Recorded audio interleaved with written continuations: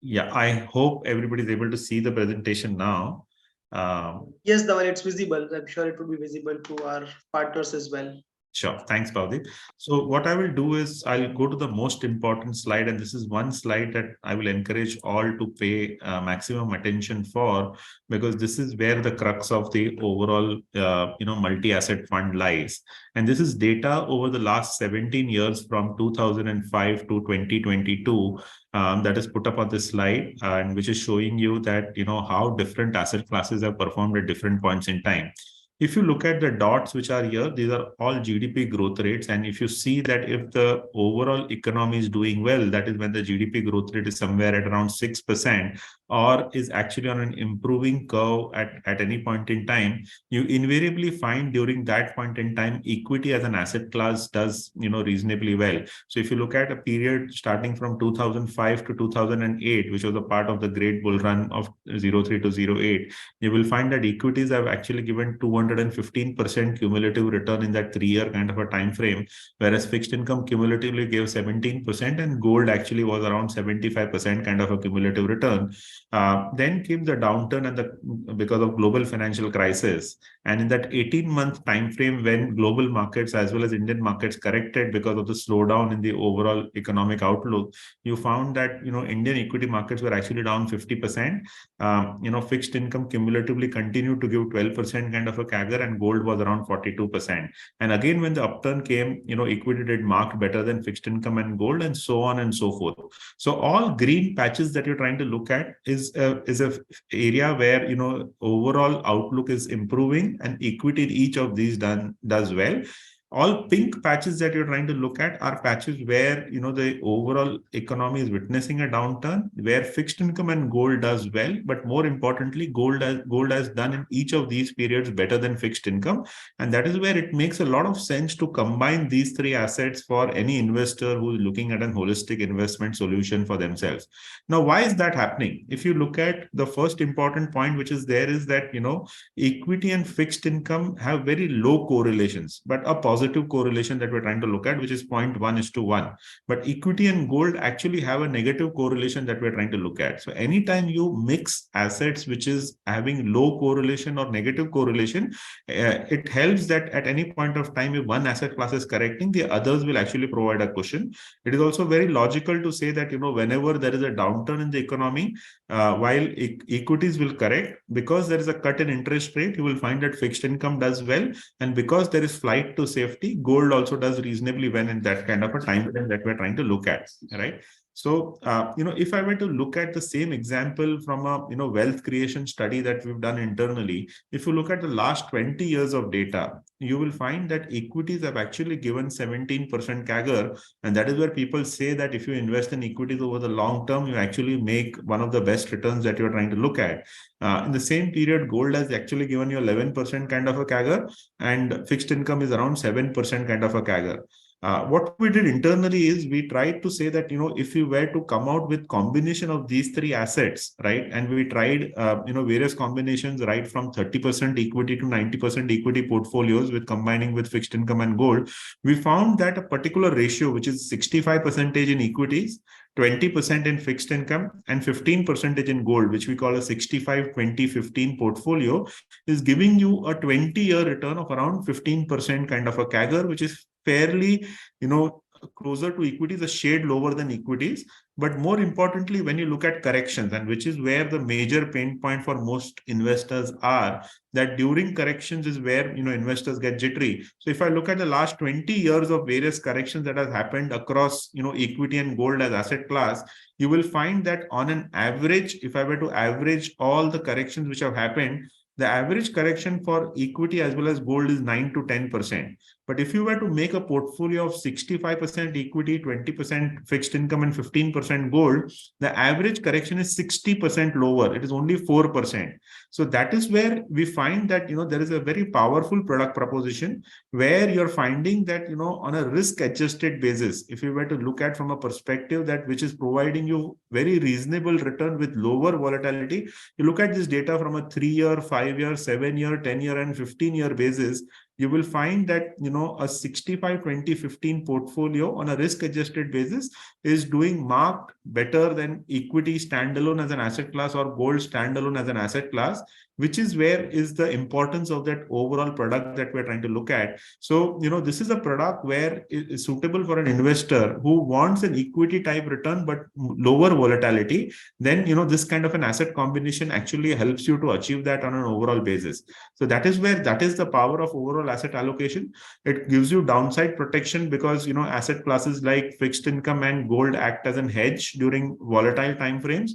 Long-term wealth creation largely led by equities over the long-term time frame, and there is a peace of mind because every year you don't have to worry and decide whether what is the kind of an asset allocation that I should be looking at, and what is it that I should be doing every 6 months or 1 year on a regular basis to see to it that I am optimized on the overall asset allocation solution that we're trying to look at.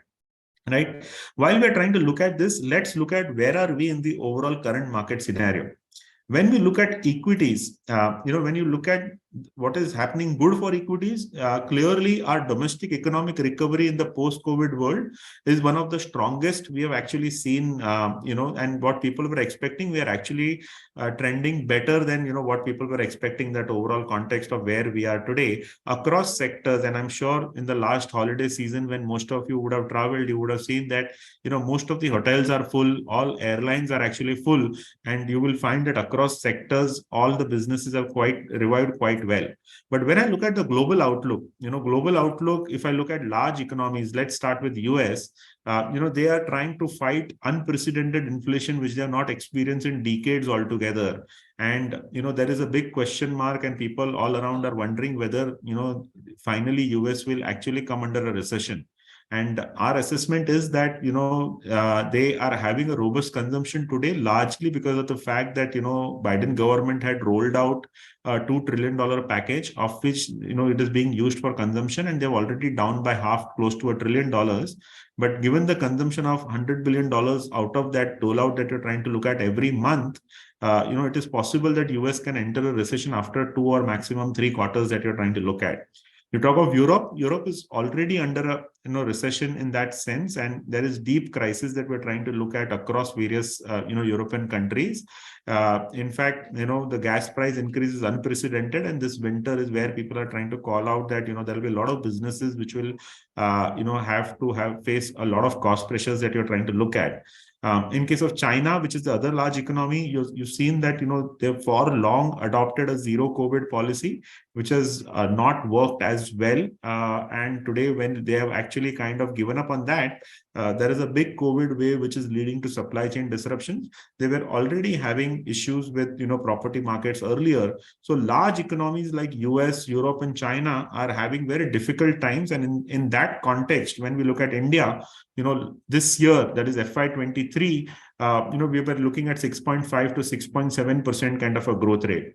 Next year, you could expect a 6% kind of a growth rate, which will be the best among the world that you're trying to look at, with only one country which is coming near to us, which is Indonesia. So in that context, India becomes a fairly attractive proposition to invest from an overall equity investment perspective that we're trying to look at. Which are the pocket of opportunities that we find are fairly exciting in that overall context? We see that on an overall basis, if you look at, these are the 4 opportunities that we're fairly excited about. First one is all about manufacturing, where government incidentally or accidentally has announced a plan which is working really well, which is known as a production linked incentive plan, which is the PLI plan, which is there, which is boosting manufacturing on an overall basis. And why do I say it has accidentally happened is largely because of the fact that 3 years back, while government was trying to solve the problem of imports impacting current account deficit. After crude, the second biggest import that our country had was about electronics, and within electronics, it was all about mobile phones. So that is where government approached companies like Apple and Samsung of the world and asked them that what is it that it would take for you to move production from China to India. And they did mention that there is a 4 to 5% kind of a cost differential, and if that is bridged, they can actually look at setting up capacities in India. And government, since independence till today, has given incentives on capex but has not worked as well. But this time they came out with a very innovative policy where earlier incentives on capex were all given that if you put some capex on ground, we'll incentivize that either directly or through tax exemptions that we are trying to look at. But here they said that there will be no incentives on capex. All the capex is something that you will have to put on ground. But whatever is the incremental production that you're trying to do, on that, we will give you a support of 4 to 5% of revenues that you're trying to look at. And that is something that has worked really well. Today, after 3 years, almost 95% of all mobiles which are consumed in India are actually produced based out of India. And the other important change that they did while implementing this policy is earlier policies always used to be laissez-faire and saying that everybody will get an equal opportunity. But here they said that we will select the champions in the industry. So they selected 5 MNCs and 5 domestic firms, and they said all smartphones above 15,000 rupees will be manufactured by MNCs, and all smartphones or any phones which is below 15,000 will be manufactured by domestic firms. And that has worked really well, where these guys have been able to optimize with the leaders in terms of what you're trying to look at. After the success of the scheme, they actually increased that scheme towards another important area.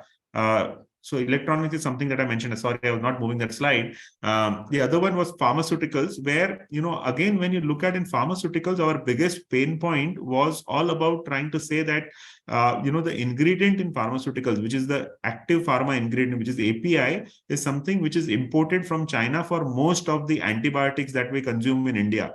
And given the geopolitical tensions, it was a big threat that was there. So government went to the industry and said that, how will it be for you to manufacture in India?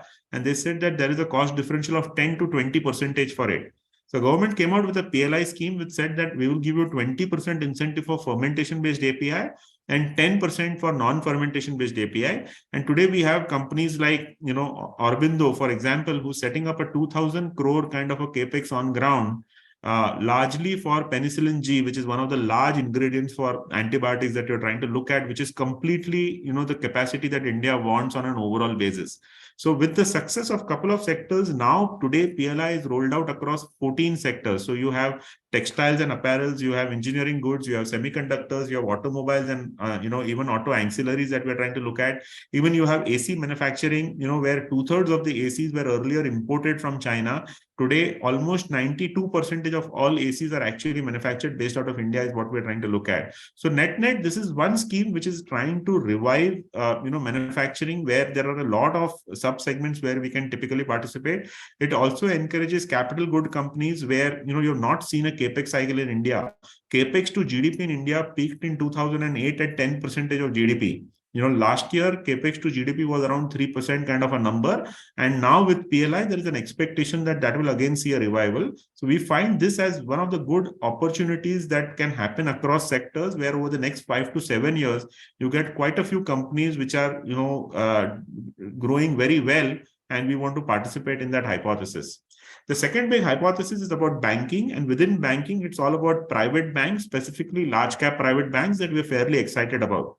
And what does the data say about it? Here, the data is, this is last 12 years of data that you're trying to see in terms of the deposit market share. In FY10, we were at around 17% kind of a market share in deposits. Today, it is 31% with private banks that we have. Similarly, in terms of loan book, in FY10, we were at around 18% with private share. Today, that is around 36-37%. So year after year, you have seen that, private banks have actually gained market share from PSU over the last now 2 decades that we are trying to look at. And the projection is that by 2030, almost of all the loans that will be dispersed in the country, 50% will be from private banks and 50% will be from PSUs that we are trying to look at. And that is where we assess that private banks is a very good market share gain hypothesis that we're trying to look at. And specifically, if we look at if there is one sector that we're fairly excited today, it is actually about banks that we're trying to look at. And why do we say that? In COVID times, most of the banks, specifically the large banks, were asked by the regulator to raise enough and more capital because COVID was an unknown, right? Secondly, since the implementation of IBC to the IL&FS crisis to the COVID crisis, most of the NPAs in the banks have already been over-provided. And today you have a situation where where most of the balance sheets in the banks are completely provided or over provided in that overall context. Third is that the credit growth of the country is actually picking up very sharply because the business normalization is happening very, very sharply. And in that context, when you have well capitalized balance sheet, you have over provided balance sheets and improving credit growth environment, we find that banks will be one of the big sectors to actually bank on over the next 3 years that we're trying to look at. I'm very well aware that today many people are fairly excited on PSU banks per se, because there is a lot of excitement given that there is a NIM expansion that has happened over the last one odd quarter, and at the same time there is a very good numbers which are coming out of them. But if you look at any PSU bank other than the top 2 or 3 that you're trying to look at, and just for example's sake, look at Bank of India or Punjab National Bank or Punjab and Sindh Bank or any other bank over a 15-20-year period on a chart, you will see that many a times, and at least I think over the last 2 decades, you would have had 4+ opportunities where you would have seen that 0.5 times price to book has become 0.75 or 1 time price to book. But after a period of time, you find that they've all gone down because of the inefficiency in the credit appraisal culture that is there, and private banks have continued to gain market share on an overall basis. So that is where we assess that private banks are secular 5 to 7 year stories, where even if you take the case of the largest private bank, just to make you understand the hypothesis, just for an example's sake, that HDFC Bank with around 10.5% kind of a market share is growing at around 20% CAGR that you're trying to look at. And if you try to put that in terms of book value, 20% growth in book value year after year will double the book value in next 3.5 years. In the next 3.5 years, that is at the end of 7 years, that will actually become 4x. And in the next 3.5 years, that is at the end of 10 years, it will actually become 8x. So if HDFC Bank can continue to grow at 20% CAGR, you have an 8x in book value. Even if you were to lower multiple, you will still find a fairly decent, delta in terms of what you're trying to look at it being a multi-bagger. And same is true with a lot of other banks. So, markets typically fine tune for the next 2 years in terms of a valuation of, in this case, a 3.5 times price to book, but they never capture the 5 to 10 year growth that we're trying to look at. And that is something that excites us on the overall private bank story that we're trying to look at. Right. The third area where we are fairly excited on is consumption, where there are 4 broad trends. First one is nuclearization, where families are actually becoming smaller in size on an overall basis. Second one is all about urbanization, where today India 35% of the total population stays in urban areas. Projection is that by 2030 that will actually become around 40% kind of a number. A rising per capita income and increasing awareness and aspirations. Let me take an example from, what Hindustan Unilever made a presentation last month to, various analysts on the street, where they said that, we don't look at India as one market. We actually say that, for India, you have to have a strategy which is known as WIMI, which is winning in many Indias. And that is where they categorize India into different segments. Similarly, Google MD at some time also had highlighted that, we typically look at India as 3 large subsegments that we're trying to look at. First one is India 1, which is a population of around 10 crore people, where the per capita income is about $10,000 on an overall basis. And these 10 crore people live a lifestyle which is similar to what a developed market lifestyle is. So if there is a slowdown in their income level, which is what we experienced during COVID, there is no dent to demand. In fact, during COVID, you saw that luxury demand actually increased further, because irrespective of income slowdown, many of these people actually consumed more on the luxury end that you're trying to look at. Second is India 2, which is a population of another 10 crore people, where these are the people who have per capita income of $5,000 to $10,000 on an overall basis, and which is fairly brand conscious. These are the people who typically would say that they're very conscious of the kind of brands that is there around them, in terms of the clothes they wear, to the shoes they wear, to the cars that they're driving, to the watches that they're wearing. Everything is driven as a status symbol, to the AC which is there in your house. And that is where, the interesting part is that the population which is there in India 2 as a bracket is expected to double to, 20 crore people in the next 7 years. And there is a big shift from unorganized to organized in this segment. So Just to give an example, we were meeting with one of the MDs of a large luggage company, which did highlight that 5 years back in the luggage industry, 50% of the market was actually unorganized, which was known as the famous Delhi luggage market that you're trying to look at. Given demonetization, GST, and COVID, today that number has actually come down to 5% kind of a number, and 95% of the market is there with three organized players, which is VIP, Safari, and Samsonite in that overall context. And that is where you find that there is a big delta growth that they have witnessed, and they're expecting that that will continue over the foreseeable future also. Similarly, if you look at another subsegment like gold jewelry, where again, for example's sake, Titan with Tanishq has done a very reasonable job, got a 13% kind of a market share. But with that market share and given the market opportunity, they can still continue to grow at 20-25% kind of a CAGR. Similarly, if you look at penetration across various white goods, for refrigerators in India, the penetration is only 33%. So 1 in 3 households have refrigerators, which is the first white good which enters your house. Washing machine penetration is only 15% and AC penetration is only 7%, indicating that there is a lot of runway for growth for consumption-oriented themes over the next, at least a decade that we are trying to look at. And that is what makes us excited over the overall consumption trends that we're trying to look at from the next, 5 to 7 years of investment thesis as well.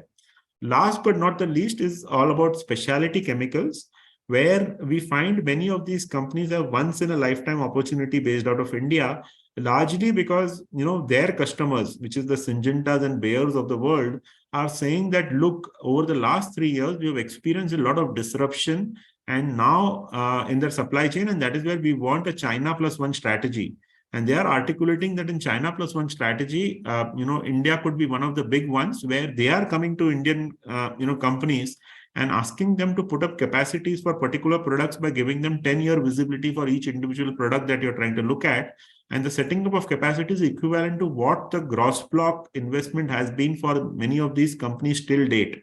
And that is where I say that over the next 5 to 10 years, there is this big opportunity where many of the MNC customers want to diversify away from China, which is 26% of the world market share.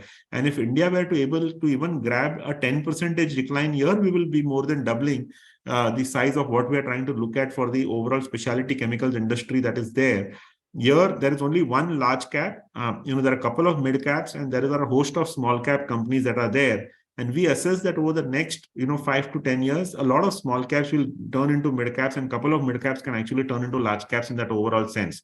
So these are the 4 broad trends where we find a lot of excitement in terms of investing for equities. Coming to fixed income. In fixed income, we'll be running largely a accrual portfolio. Bhavdeep was also mentioning in terms of what you're trying to look at is that there is a good accrual income that is happening, across what you're trying to look at. And that is where over the next 2 to 3 quarters, it will largely be an accrual portfolio. We may look at, duration calls, after 6 to 9 months, if at all, there is a big argument of trying to say that, can we participate in a interest rate decline at that point in time that we're trying to look at. So it will largely be an accrual portfolio, which is with an opportunistic way to, play duration. Till that point in time, duration will be somewhere around 1.5 years that we're trying to look at. At all points in time, it will be a AAA portfolio that we're trying to look at, or G6 that has been there in that overall sense of what we're trying to look at from a fixed income perspective, right? Coming to gold, and we did see in the first slide that gold is one asset class where anytime there is a crisis because of global factors, there is a flight to safety. And that is where you will find that, gold sees a very decent traction. And we assess that, as economies across the world are facing the pressure for growth, it is very much possible that gold as an asset class can actually see, a very decent outlook over the next 12 to 18 months that we're trying to assess. And that is where it will form 15% of the portfolio that we're trying to look at. These are the, various drivers for gold in terms of, what are the key drivers that we're trying to look at, which I'm sure most of the people are, aware of in that overall context of what we're trying to look at. There is also an argument that, we can look at silver at some point in time to be added versus gold. And that is largely because of the fact that other than the investment demand, silver is also used as an industrial commodity. And as and when the overall global industrial growth picks up, it will benefit silver in that overall context. And secondly, the usage of electric vehicles will require more silver. And in that context, as EV penetration improves, silver demand can further improve in that overall context. And that is where at some point in time, we would want to look at silver also. But silver will be a part of that 15% allocation that we're trying to look at towards gold, of which, that 5% can go into silver and 10% in gold, if at all we were to decide between silver and gold at that point in time. Similarly, we can also look at investing in REITs and InvITs, which are, high yielding products that have been there and where we can get better income in that overall context of where fixed income investment is. And that will be to the extent of 5% of the overall portfolio and a part of the fixed income, which is around 20% of the, overall investment that we're trying to look at. So 5% of the overall portfolio will be there in REITs and InvITs is what we should assess. So, if you were to look at this 5-year, 10-year and 15-year CAGR for equity, fixed income and gold, and that is what we're trying to suggest that, if you were to combine these three, then we have a fairly decent product in hand, which will give you a reasonable return and with a marked lower volatility. What will be our investment approach? I did mention the 65, 20 and 15, but we do have an ability to, say that, here on an overall basis in equity, if we find that over the next 12 to 18 months, there is no return to be made. There is a COVID-like environment to begin with in the start that, you find that, things are collapsing left, right, center, or a global financial crisis-like environment. We have the ability to go down to as low as 50% in terms of overall allocation that we're trying to look at. Similarly, when we are extremely bullish, we can go to 80% kind of a number. So the broad range for equity will be 50 to 80 that we're trying to look at. Fixed income will be 10 to 25 and commodities is also 10 to 25. But the idea is not to, go to the extremes very frequently. It is that, we have data for the last 20 years, which is saying that if you were to have a disciplined allocation of 65, 20, 15, then that is the outcome that you saw in the earlier slides that we're trying to look at. So for most points in time, you will stay at 65, 20, 15 with an ability to use the extremes as and when, the conditions demand in that overall context of what we're trying to look at. For equities, it will be a flexi cap approach with a large cap bias that we're trying to look at. So we did discuss the top-down portion. We will also look at bottom-up investments in that overall sense and have 75 to 85% in large cap and 15 to 25% in small and mid cap. Since this is for an investor who's a conservative investor who wants equity type participation with lower volatility, it will be a fairly diversified portfolio with 50 to 60 stocks that we're trying to look at on an overall basis that has been there. So, that's the approach on equities that we're trying to look at. It will be a growth oriented portfolio on an overall basis. That is something that, we're trying to attempt for in that overall sense. We can also look at, global investments up to this. There is an enablement of up to 20%, but we will go maximum up to 5%. And that is also today not allowed as per regulation. So as and when it is allowed, we will try to invest up to 5% in that overall sense that we're trying to look at on an overall basis that has been there. So portfolio positioning, as I explained, equity is 50 to 80%, fixed income is 10 to 25, commodities 10 to 25, international 0 to 20, but largely be 65, 20, 15, and 5 will be a portion of the equity allocation as and when allowed by the regulator that we're trying to look at. So that's the broad construct. The whole tenet is that equity will lead you to long-term wealth creation. Fixed income will give you the stability of the portfolio that we're trying to look at, and commodities act as a good hedge against uncertainty, which has been there. So with that, I will pause here. I'm more than happy to take any questions that you have on this product or even anything else that is there on your mind on an overall basis.